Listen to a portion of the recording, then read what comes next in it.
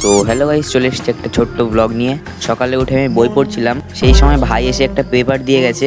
বলল যে দাদা, আজকে আমার প্রজেক্ট জমা দেওয়ার দিন, তো তুই আমার একটা ছবি এঁকে দে। তো অনেকক্ষণ পরে আমি এই ছবিটা আঁকতে পেরেছি। আমি 2-3 বছর আগে ছবি আঁকা ছেড়ে দিয়েছি, কারণ বিগত 4-5 বছর আমি ছবি আঁকা মানে ক্লাস নিয়েছিলাম ড্রয়িং করার। তারপর থেকেই আমি ছবি আঁকা একদম বন্ধ করে দিয়েছিলাম। তো যাই হোক, তারপরে আমি বিকালবেলা ছাদের উপরে উঠে আমাদের বাড়ির চারপাশটা একটু দেখছিলাম। আর এদিকে এই যে ঘরটা দেখতে পাচ্ছ, এখানেই আমরা এখন থাকি, কারণ আমাদের এখনো নতুন ঘরে পুজো দেওয়া হয়নি।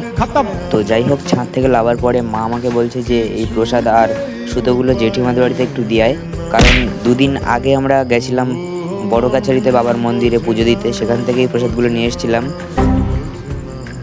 তো তারপরে ব্যাগে করে নিয়ে আমি রেডি হয়ে বেরিয়ে গেছি। জেঠিমাদের বাড়ি ছিল পাশের পাড়ায়, তাই হাঁটতে হাঁটতে চলে গিয়েছিলাম।